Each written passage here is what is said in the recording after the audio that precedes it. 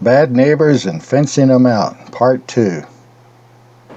Well, this is my backyard. I like to feed the birds. We have special grass in this yard. It's called tiff grass. It's a desert reclamation grass, and an Afghan pine, which is a desert pine.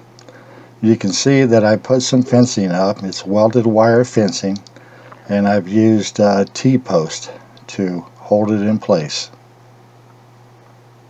It helps keep the oleanders within the property line, which is the main reason for it, and also keeps the dogs out.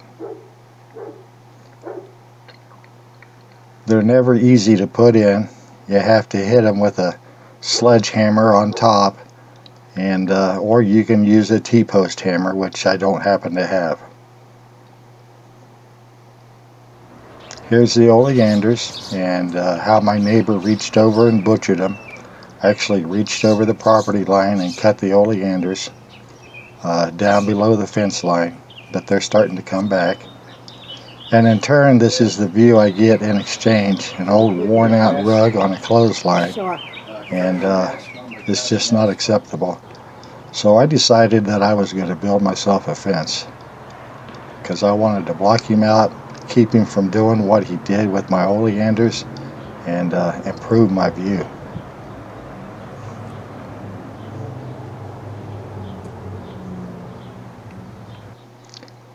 This is the gate I built, and the fence, this is facing the other neighbor. This neighbor is, well, let's put it to you this way. She has a big dog. I think it's a pit bull, and it used to jump the fence and scare the crap out of us. But I put the fencing up, and I planted some oleanders and let them grow, and this is the outcome right here. Now here's the materials I used to build this fence. It's welded wire fencing. It's about 2 inches wide by 4 inches long each square, and these are the T-posts. These T-posts are about 8 feet long. And I used wire cutters and vice grips to construct this fence.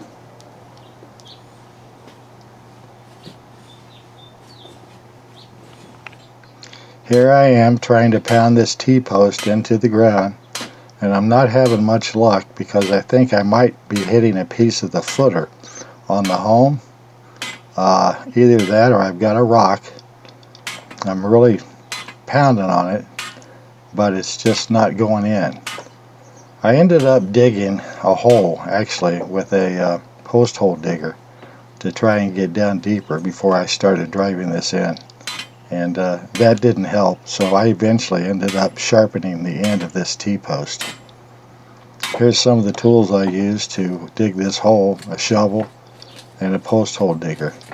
And you can see that it's still not tight. It's still wobbly in the ground, and I needed to get this T-post in deeper.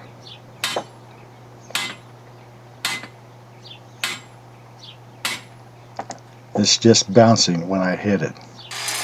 I ended up grinding a point on this T-post. Whatever it was I was hitting, either a rock or a piece of the footer. I tried to stay away from the house a certain distance so I wouldn't hit the footer. But anyhow, I ended up grinding a point on the end of this T-post, and had to grind 3 sides.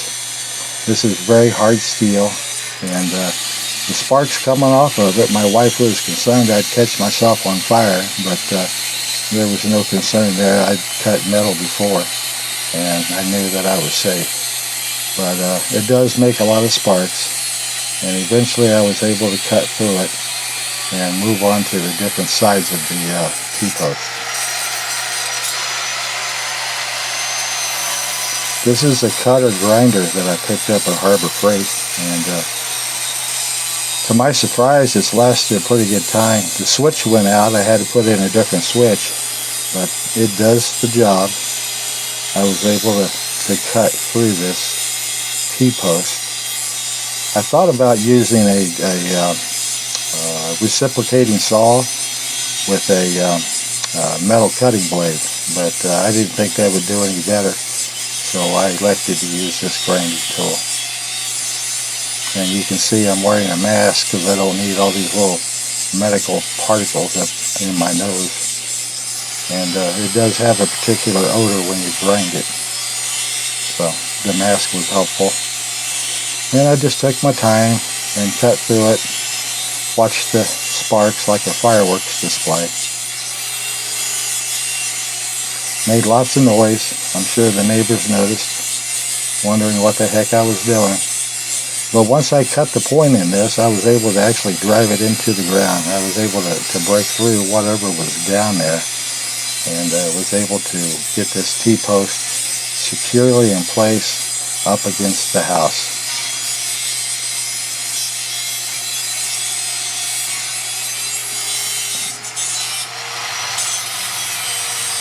And there's a little piece. There you go, smoothing it out right now. And the nub, they actually did cut the nub off. Even though the video doesn't show it entirely, I did cut the nub off, and I wanted a somewhat sharp point that would penetrate or break the rock, whatever was down there. And it worked. It worked.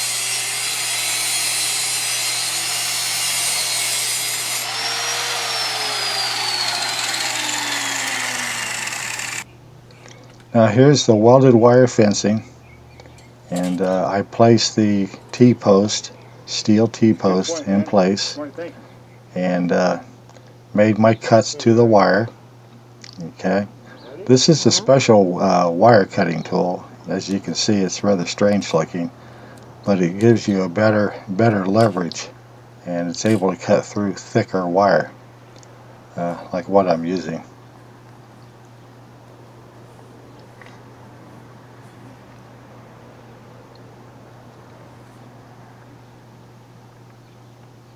We eventually flipped the welded wire fence over because it did have a curl bent into it because it came in a roll, and I'm trying to flatten it out right now so that it's flat rather than curved.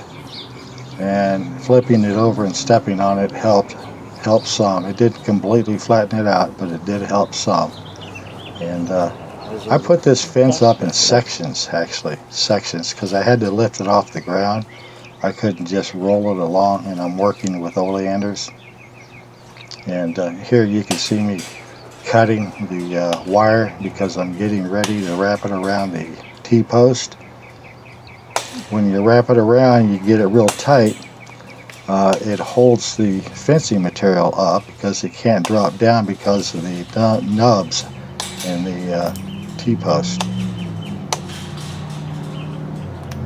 And that's what I'm doing here. I picked up all these little metal scraps with a magnetic tool. It's a magnet on the end of a handle, and I was able to go back and pick them up off the ground, so it wouldn't pose any hazard to anybody that was stepping in and around the oleanders, meaning myself. But once I got it cut, then I would wrap it around the pole and twist it in place. That was the idea behind this particular concept to build this fence.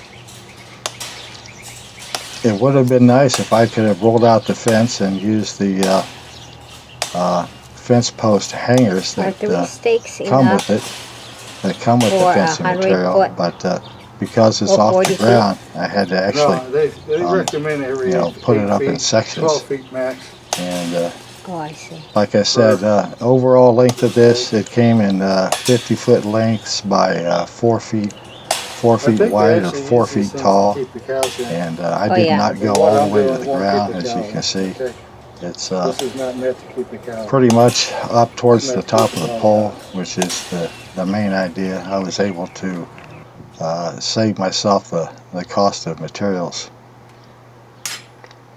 Now this is the corner post that I'm putting in, and it's going in a little bit easier. I had to keep it away from the fence because the fence again has footers in it. It's a rock wall, and they pour the concrete before they start building start piling the rocks up with the concrete. Here's the finished part near the house, and if you look closely, you can see that the wire is twisted. Actually wraps around the T-post and is twisted up on itself, and it holds it really good in place. There's a little gap there, probably enough to let a cat through, but it certainly wouldn't let a dog through. So we don't have to worry about dogs. You know what dogs do in nice green grass. I'll just present it that way. And here's the oleanders that are facing the neighbor that actually cut the oleanders. There's me. I'm taking a break. Now there's another pole I'm putting in.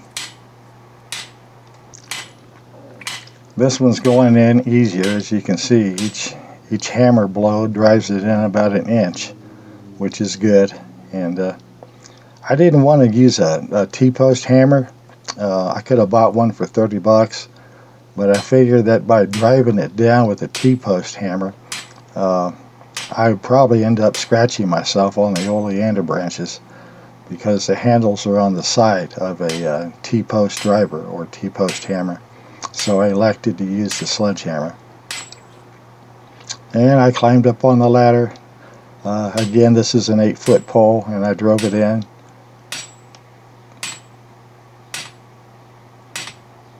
Get tired. This is a test of strength. What you doing, Chip? I'm wiring this fence up. I'm twisting the wire to make it strong, getting ready to wrap up the job. So I'm almost done here, and when I'm finished with this pole here, it'll be finished. It's good and tight. It'll keep the dogs out and hopefully keep the neighbors out too. It'll be... All right, Chip. Tell me, how long have you been doing your fence? Oh gee, I think I've been working on this fence about 5 days now. 5 days, and I had your help, and I don't think I could have done it without your help, but I've been working on it for 5 days, and I'm finally wrapping it up. And I got this one last pole here I have to complete, and then I can sit back and relax, enjoy the yard. Don't have to worry about any dogs coming in pooping. Don't have to worry about any neighbors messing with me. And it was a good investment. It's probably coming in under $200. Must be at least a 60, 75 foot of fence. And I'm real pleased with the way it turned out. And like I say, I'm looking forward to enjoying the yard more and not having to worry about some of these other things that were happening in the yard. Well, I was determined not to get into a dispute with the neighbor. I thought it would be simpler just to put up a fence. The last thing I need is to get into a fight with the neighbor, because those things have a tendency to go bad. These are steel post hangers, and I put steel post hangers in on this post, which has a fence running up that direction. See, and I got it good and tight. This thing's like guitar strings, real tight. Okay, and now I'm finishing it off with this pole right here, and I'm wrapping the wire around this pole. There's no gap in between. Nothing can get through here. See, and it's good and tight. And that's what I'm doing now. I'm about halfway through it, and I'm wrapping the wire around the fence. You can see here the little wraps as it goes around. Makes it nice and strong, good and tight. Won't come apart. Withstand the elements, the wind, and everything that comes through. And I'm just wrapping it right now.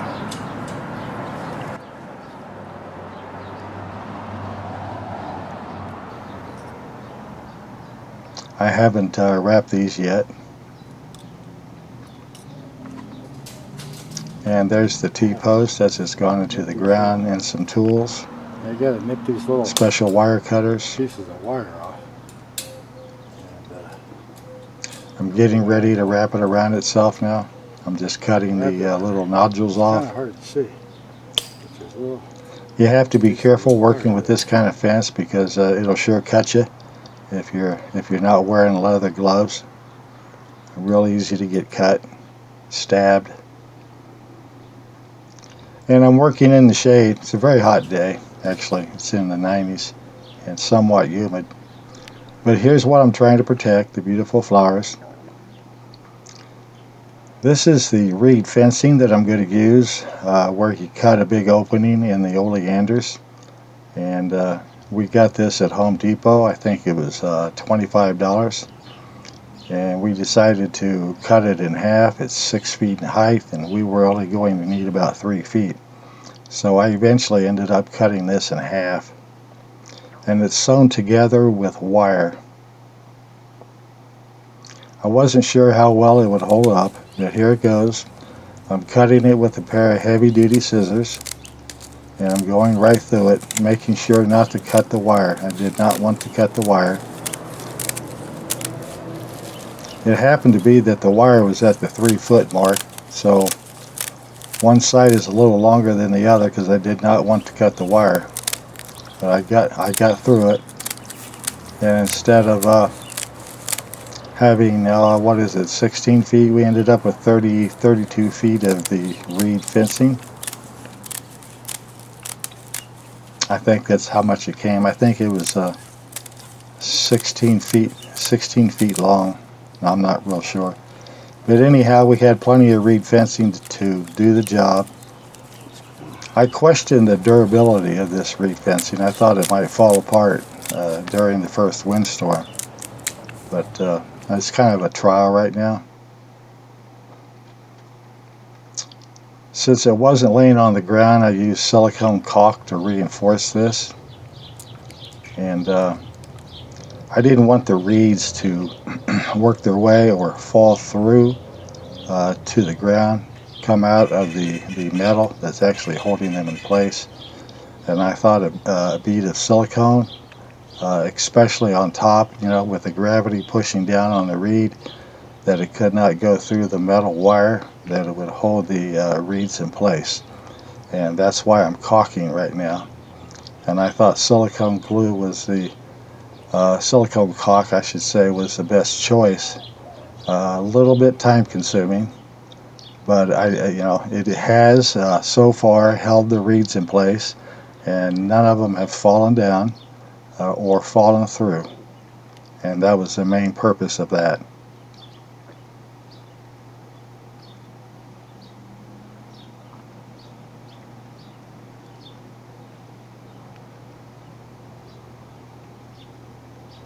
This is the silicone. Oh, there I am. And I'm just kind of resting and horsing around right now, and thinking about a bare spot that's in the fence. We have a smaller, shorter oleander, and I had run out of reed fencing.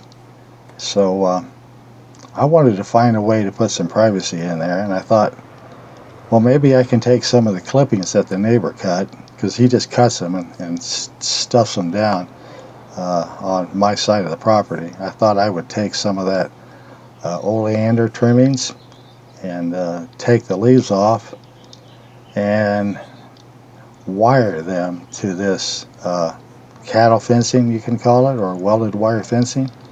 So we got the idea that we would cut it, trim it up, and stick it on the fence, kind of weave it in and out, or twist it with a wire, one or the other. I wasn't sure what was going to work the best. But my wife brought a piece of the oleander that he had cut off, and I was looking at it and clipping little pieces off of it to actually lace in that welded wire fencing.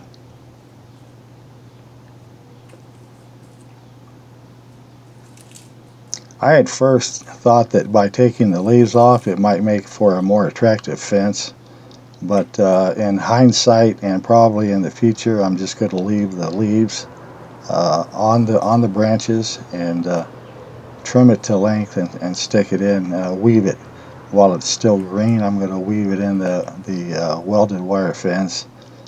So every branch he cuts off, it goes, instead of going on the ground, it's going to be woven into this welded wire fence.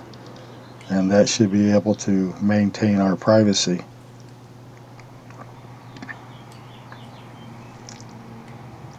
I'm not really sure, and I probably never know why he reached in to cut that, other than he wanted to see inside our living room, because the branches he cut off gave him a clear view of the patio and to the uh, living room that we have. We have a sliding glass door, and gave him a clear view into our living room. So I don't know if he's a voyeur or what. But he's been our neighbor for 30 years. He's not been a bad neighbor. He's a quiet neighbor, and never caused any problem. But since this COVID virus pandemic broke out, he changed, and this is when he actually, in my opinion, overstepped his bounds and went in and cut the oleander on my side of the property.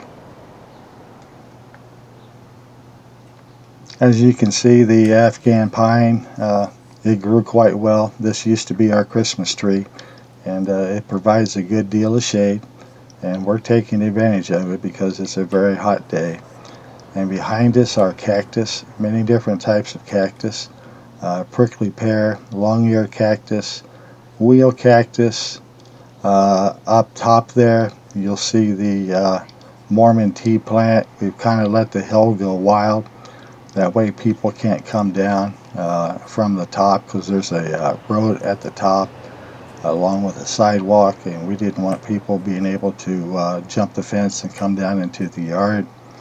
If you do, you're going to pay for it, because you're going to get hurt. There's plenty of needles up there to stick you, and I guarantee that you'll regret trying to get down or climb in or climb out of this yard. You will pay the price. And these needles, these cactus needles, once they stick in you, they're kind of barbed, and they'll stay in place.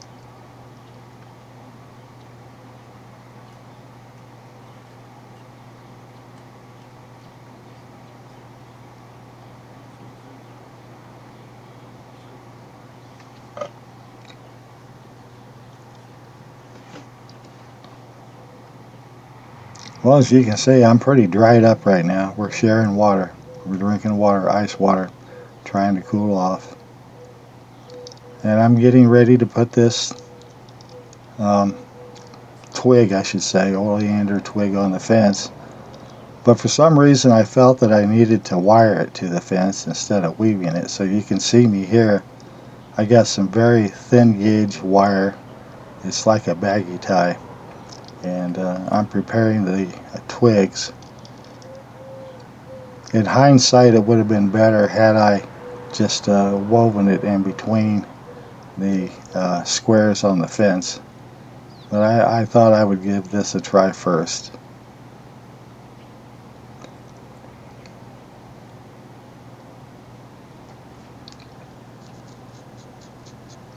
It worked. It's still, it's in place.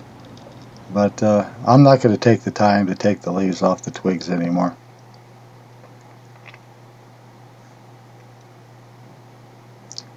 There you can see the leaves on the ground that I took the leaves off of. My wife's bringing in some more branches for me. And I've got a bundle of sticks that I'm going to put on the fence.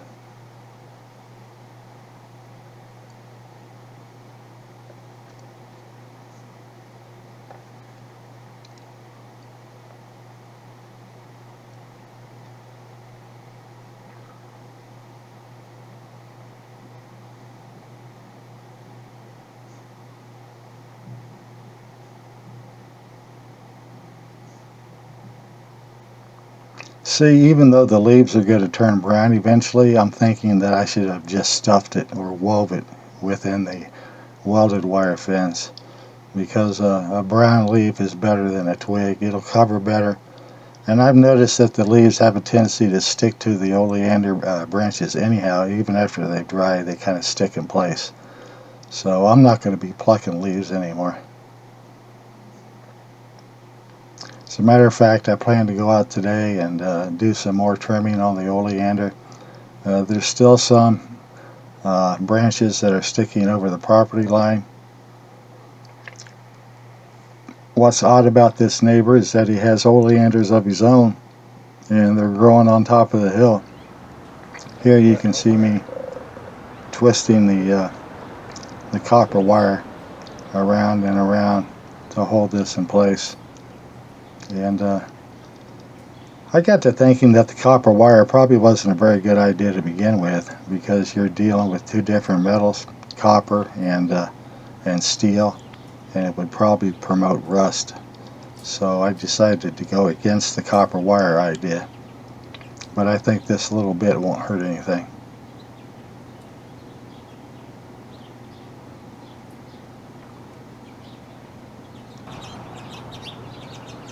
And here I am. I'm just kind of playing around, seeing what it looks like. And it does, you know, it's not that much for, I should say, privacy, but it breaks the, what's the word, ugly? The ugly side of the wire fence. It's not a very pretty fence. It's just a functional fence to keep animals in or animals out. Or in this case, maybe it'll keep my neighbor's hands from coming in and doing his work on my oleanders, because I do like the privacy, and I don't like what he did at all. But, you know, I'm not going to get in a shouting match with him, so that's why I put up the fence. And it took us 30 years to get to this point. We've lived with him as a neighbor for 30 years. I don't know what caused his change of behavior. I know that we've never had him do this before, where he would reach in the yard and trim the oleanders. It's only been since the COVID pandemic. Here you can see the reed fence that's already in place. It's been caulked. It's wired to the cattle fence, I should say, welded wire fence, and it does provide a deal of privacy, which is what we're looking for. And it took me about 8 days, and if you include the tools and everything, that's how much it cost. And thank you for watching.